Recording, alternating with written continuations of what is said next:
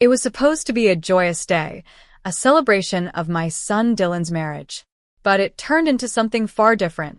As Jessica, my new daughter-in-law, introduced me to her wealthy parents, I felt the uncomfortable weight of their gaze.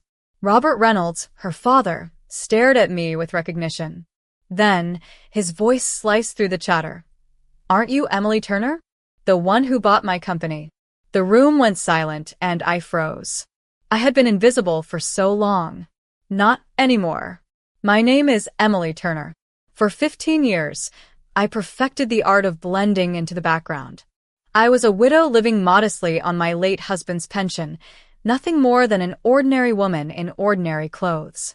But behind the scenes, things were very different. My son Dylan had been dating Jessica for 8 months. I'd met her only twice before the wedding. Once at a lunch where she subtly questioned me about my finances, and another time where she asked if I needed help with my expenses as I got older. The wedding was nothing short of spectacular. The Reynolds estate stretched over 50 acres in the rolling hills of Virginia. A private chapel, gardens that could have funded a small country, and enough grandeur to make anyone feel out of place. Jessica walked down the aisle in a gown that probably cost more than what most people make in a year. Dylan, my son, looked happier than I had seen him since his father passed. He was starting a new life, and I was standing in the middle of it, trying to stay unnoticed. I chose my outfit carefully, a simple navy blue dress from a department store, paired with my grandmother's pearl necklace. Nothing flashy, nothing to draw attention. Over the years, I had learned that the key to blending in was to appear exactly as people expected, modest, content, a widow living comfortably, but without anything that screamed excess. That was my life, my strategy for survival. But it all fell apart the moment Robert Reynolds recognized me. The ceremony was beautiful, but I couldn't ignore the cold look Paula Reynolds, Jessica's mother, was giving me. It was as if she was sizing me up, evaluating me like an unwanted piece of furniture that didn't quite match the decor. I didn't mind. I wasn't there to impress anyone. I was here for Dylan. The reception, however, would prove to be a turning point. It was lavish, with ice sculptures, a full orchestra, and enough flowers to fill an entire florist shop. I sat in the corner, observing as my son danced with his new wife, when Jessica approached me. "Mom, Dad," Jessica said, her voice dripping with sweetness that made me cringe. "I want you to meet Dylan's mother." Then, she made the fatal mistake of introducing me to Robert Reynolds. As soon as he saw my face, his expression shifted. He stared at me as if I had just walked out of a dream. "Emily Turner," he murmured, and suddenly, I was no longer invisible. The room quieted as his voice rang out over the orchestra. "Aren't you the woman from the Reynolds Holdings acquisition board?" My heart skipped a beat. Robert's eyes bore into mine. "Aren't you the one who bought my company?" he asked, his voice louder now. I could feel the tension thickening in the air as Jessica's smile faltered, her once confident demeanor replaced by a look of confusion. Paula Reynolds's hand clutched her necklace, as if trying to steady herself. The entire room seemed to lean in. I could see the shock on Jessica's face as she looked between her father and me. She had no idea. Most people don't understand real wealth. They expect diamonds, luxury cars, and flashy displays of affluence. What they don't expect is a woman in a simple dress, driving a reliable sedan, living a quiet life. That's what I had counted on for years. Behind my modest appearance was a fortune, built over time by both my late husband, Thomas, and me. It all began with an invention that would change everything. A small piece of technology that revolutionized cell phone battery efficiency, a system we patented in 2010. Thomas and I were both engineers working in Austin when the power management system was developed. It was a game changer, though we never imagined it would turn into a gold mine. When we sold the patent in 2012 for $25 million, we thought we'd secured our future. Dylan was young then, just out of his master's program, with dreams of building a career. We told him we received a modest payout. He never questioned it. But what he didn't know was that the $25 million was only the beginning. It was the start of something much bigger. Thomas and I didn't just save the $25 million. We invested it wisely, conservative stocks, real estate in growing areas, and tech startups that had strong foundations. Thomas had an instinct for finding undervalued opportunities. By the time he passed away 5 years ago, our portfolio had grown exponentially. We had more than $800 million in assets, money that Dylan never knew about. For years, I had maintained the illusion of modesty, believing that discretion was the best protection. I had always played the role of the humble widow, living on my husband's pension and life insurance, appearing exactly like the kind of woman people expected me to be. But beneath that veil of simplicity, I had built an empire. When Thomas died, I didn't need to reveal the true extent of our wealth. I didn't want to. Dylan was just starting his career, and I didn't want him to be weighed down by expectations. We told him we'd received a comfortable payout, enough to live well, but not extravagant. What Dylan didn't know was that the $25 million had grown into something far more substantial. Over the years, I made investments that built on what Thomas had started. I built a portfolio that could rival most large corporations. And then, 2 years after Thomas's death, I made the move that would change everything.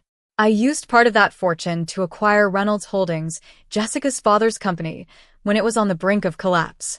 It wasn't for revenge. It was because the company still had value, and Robert Reynolds didn't see it. Robert Reynolds had almost ruined his company with his reckless spending and poor debt management. He had nearly driven Reynolds Holdings into the ground, forcing him to sell the business at a steep discount. He thought he was selling it to a corporate investment firm, but that firm was me. The irony was delicious. Robert had no idea that the woman he had dismissed as a simple widow was the one who had saved his company and his family's fortune with a quiet investment strategy he would never understand. As Jessica stood there, staring at me in confusion, I realized that everything had changed. She had looked down on me for years, thinking I was just a widow struggling to get by. She had no idea that I had been quietly watching her family's decline. Her father had made reckless decisions, and I had watched from the sidelines, waiting for the perfect moment to step in. I hadn't planned on revealing myself, but now, standing before her, I knew it was inevitable. My carefully constructed privacy was about to come crashing down. The next morning, Dylan came to see me, his face pale and full of questions. "Mom, you have to explain what happened last night," he said, pacing in my living room. "I can't wrap my head around it. Robert Reynolds was asking about Dad's patents, about your business dealings. What's going on?" He was visibly shaken, his mind racing. I could see the anxiety in his eyes. This wasn't the life I had prepared him for. He thought I was just another widowed mom, living quietly in a modest apartment. He had no idea how deeply I had been involved in business decisions that shaped the world around him. "I didn't know how to tell you," I said softly, trying to keep my voice steady. "But everything I've built is mine. I don't owe anyone an explanation." Dylan stopped pacing and looked at me, his eyes filled with disbelief. "But you lied to me. All these years, you told me we were just getting by. You made me think that I had to work hard for everything. And now I find out that you've been hiding millions of dollars in investments." His voice cracked. "I don't know who you are anymore, Mom." I stood up slowly, my heart heavy. "Dylan, I never wanted you to think you were entitled to anything. I wanted you to earn your success on your own, just like I did." He looked at me with a mix of hurt and confusion. "But why keep it a secret? Why hide it from me?" I sighed, sitting down at the kitchen table. "Because, Dylan, I wanted you to be your own person. I didn't want you to be weighed down by my wealth, by the expectations that come with it. You've built your career on your own merits, and that's something I can't take away from you." Dylan wasn't convinced. "But how could I have ever known what you were capable of? How could I have known what you've been doing?" His voice softened, and he sat down beside me. "I feel like I've been living a lie." I reached for his hand, squeezing it gently. "You haven't been living a lie, Dylan. You've been living your truth." I didn't want to overshadow that. And now, because of Jessica's questions, we're facing a different reality. I need to be honest with you. Everything's about to change. The next day, Jessica reached out to me, requesting a lunch meeting. I had a good idea of what was coming. She wasn't going to let this go. She had already begun to piece things together, probably grilling her father for information, then spending the night investigating her suspicions. Dylan looked at me with growing concern when I showed him her message. "What do you think she wants?" he asked, his voice tight. I couldn't help but feel a surge of dread. "She's smarter than we gave her credit for," I said quietly. "She's going to dig deeper. She already knows more than she's letting on." The meeting took place at one of the city's finest restaurants, a place Jessica had clearly chosen to make a statement. She had arrived early, sitting at a corner table with a view of the entire room. When Dylan and I walked in, she stood up with that radiant, carefully practiced smile, her appearance flawless in a designer suit. She hugged us both, but there was a calculated look in her eyes. "Thank you for coming," she said, her voice sweet yet cold. I noticed how her gaze flicked between Dylan and me, sizing up the situation like a chess player preparing for her next move. We sat down, and immediately Jessica ordered a bottle of Bordeaux, a wine that cost nearly $1,000. It was clear she was setting the tone for the meal, expensive, extravagant, meant to remind me of the wealth I had tried so hard to keep hidden. "That's lovely, dear," I said, my tone steady as I looked at her. "Though perhaps a bit much for a casual family lunch, don't you think?" She merely smiled, her eyes glinting with something I couldn't quite place. "Oh, I don't think there's anything casual about our family anymore," she replied smoothly. Jessica leaned in, her voice now dropping to a more confidential tone. "I've been thinking about our conversation at lunch," she began, pulling a folder from her bag. "I think we may have gotten off on the wrong foot. What I propose is a more collaborative approach to our family's financial planning." Dylan looked between us, his discomfort palpable. "Collaborative," I repeated, raising an eyebrow. Jessica nodded, her eyes never leaving mine. "Yes. Family wealth works best when it's managed strategically across generations. I've been doing some thinking." I had to admit, I was impressed with her audacity. Jessica wasn't just asking for a piece of the pie. She was laying the groundwork for control. "We're thinking of setting up a family foundation," she continued, her voice becoming more businesslike. "It would allow us to make charitable donations, gain tax advantages, and coordinate our investments. I've already had preliminary talks with a lawyer specializing in family wealth management." She glanced at me, her expression triumphant. "It's the best way to ensure our family's future is protected." I let her talk, letting the words wash over me. I wasn't concerned about the foundation itself. It was the underlying motive that I saw clearly. Jessica had realized that I wasn't just a widow struggling to get by. She knew I was holding something powerful, something that could change her life. "And how would this foundation be funded?" I asked, keeping my voice casual. "Oh, I thought we could start with something substantial," she said, her eyes lighting up. "Maybe around $50 million to establish credibility in the philanthropic community." I almost laughed out loud. $50 million? I repeated slowly, making sure the weight of her words hit her. "For a family foundation?" Jessica didn't seem to notice the sarcasm. "Yes, to get things started," she said confidently. "And of course, we'd need to set up a board structure with equal representation. It would be a democratic process, with 3 trustees, 3 votes. Very fair." I took a sip of wine, my mind racing. She was asking for $50 million from me, a sum that could easily cripple anyone who wasn't prepared. "Tell me, Jessica," I said slowly, "how would the votes be distributed among the trustees?" She didn't hesitate. It would be a fair and democratic structure. 3 trustees, 3 votes. Her tone was almost patronizing, as if she were explaining something to a child. I placed my wine glass down, my eyes locked on hers. "And who, exactly, would be sitting on this board?" I asked calmly, though inside, I was seething. "You, Dylan, and I, of course," she replied, not realizing what she had just said. "And we'd all work together to make decisions for the family." The room was quiet for a moment. I could feel the tension in the air, thick and suffocating. Jessica was laying the groundwork for a future where she controlled the family's fortune. The audacity of it all, the way she had so seamlessly inserted herself into our lives, the way she had assumed that this money, this power, was hers for the taking. "Well," I said, breaking the silence, "I think that sounds like a very well thought out plan." I paused, letting my words hang in the air. "But, Jessica, there's one thing I think you've overlooked." Jessica's eyes narrowed slightly as she leaned forward, sensing something had changed. I knew what was coming next. She was expecting me to give in, to bend to her will. But I wasn't about to let that happen. "You see, Jessica," I said calmly, "I've spent the last 15 years carefully constructing a life of privacy, of discretion.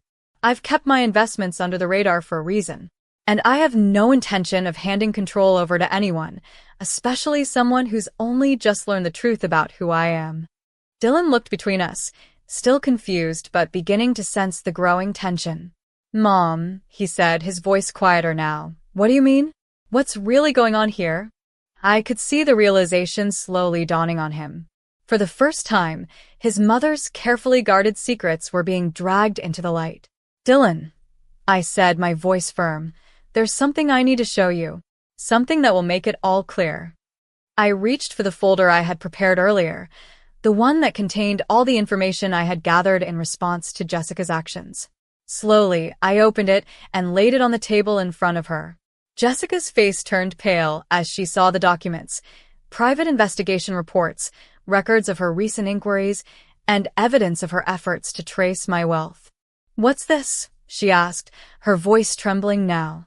"A little something I've been working on," I replied coolly. "This is an investigation report," I continued, "showing the trail of your activities over the last few weeks. You've been hiring private investigators, Jessica. You've been trying to find out everything you can about my finances, my investments, and my past. I also found out you've been consulting with a law firm specializing in family estate disputes." Dylan's jaw dropped. "You've been spying on us?" he asked, his voice incredulous. Jessica flinched, but she didn't answer. I turned to Dylan, watching his expression shift from confusion to anger. "Mom, why didn't you tell me?" he asked, his voice shaking. "I didn't want to burden you," I said softly. "I wanted you to succeed on your own, without knowing the weight of our wealth. I wanted you to have your own life, free of expectations."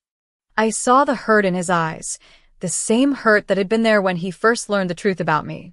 "And now you've learned that the woman you thought was just your mother is someone entirely different."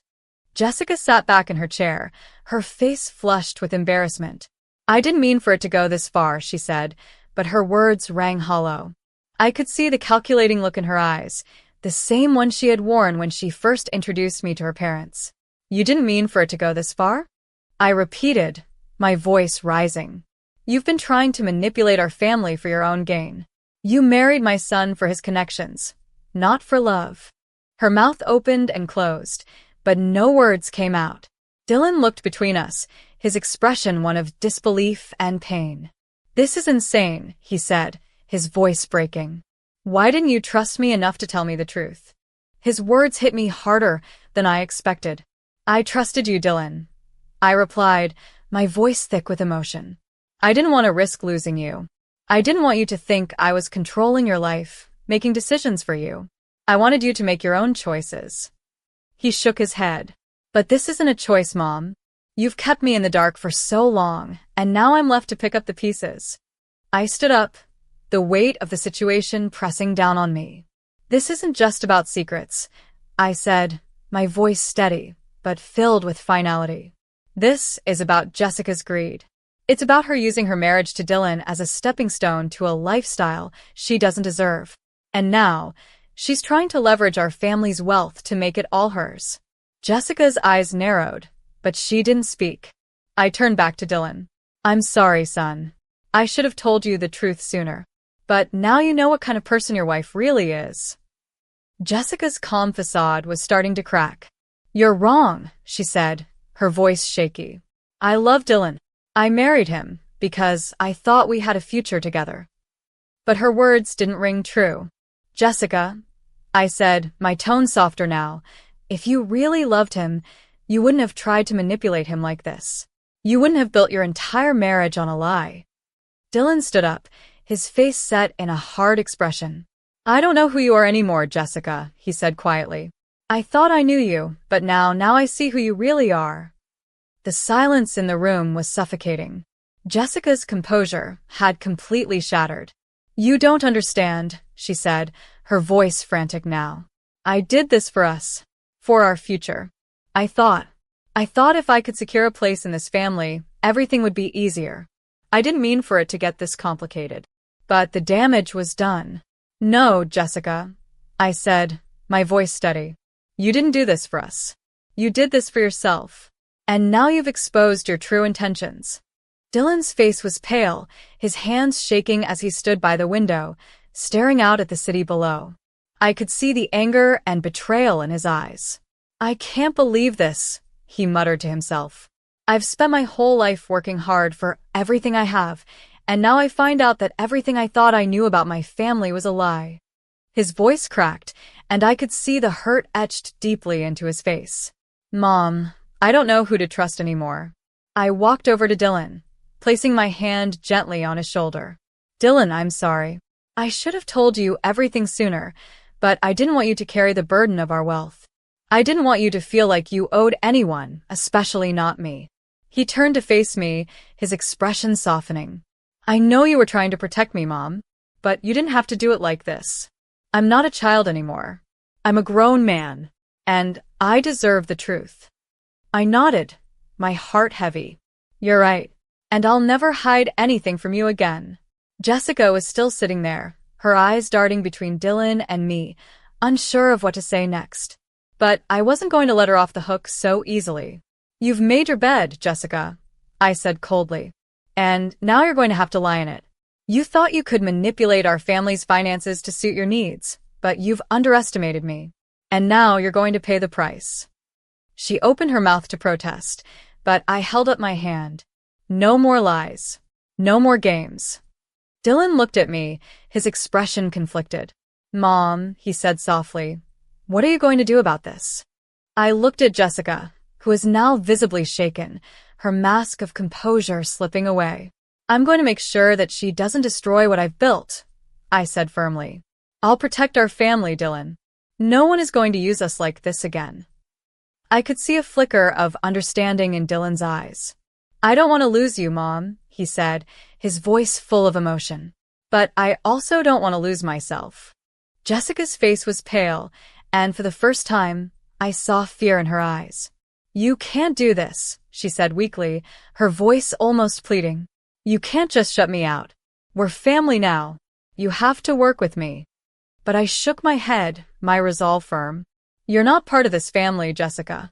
Not anymore. And neither are your plans. Dylan turned to look at her, his face hardening. I don't know who you are anymore, he said quietly. You've lied to me, manipulated me, and now you're trying to tear this family apart. There was a long pause, and Jessica looked at Dylan with desperation in her eyes. Please, Dylan, she whispered, her voice cracking. I did it because I love you. I thought if I could prove myself to you, everything would be okay. But Dylan wasn't buying it anymore. He turned away from her, his back stiff. I don't want to hear it, Jessica. You've shown me who you really are. And that's not someone I can trust. The room fell into a heavy silence as Jessica stood up, gathering her things. You don't understand what you're doing, she said bitterly, her voice full of resentment. You're throwing everything away for pride. You'll regret this. I stood up slowly, my expression calm but resolute. I'm not throwing anything away, I said quietly. I'm just taking control of my own life. And if you think you can take that from me, you're wrong. Jessica's eyes flashed with anger, but she said nothing more. She left the room without another word. Dylan stood still for a long moment, his head bowed. Finally, he turned to face me. Mom, I don't know what to say, he said, his voice hoarse. I'm so angry, but I don't know how to deal with this. I feel like everything I believed in is falling apart. I walked over to him and pulled him into a hug. I'm sorry, son, I whispered. But you'll see that this was the right choice. We're going to rebuild, and we're going to do it together. No more secrets. No more lies. Please like, comment, and do not forget to subscribe.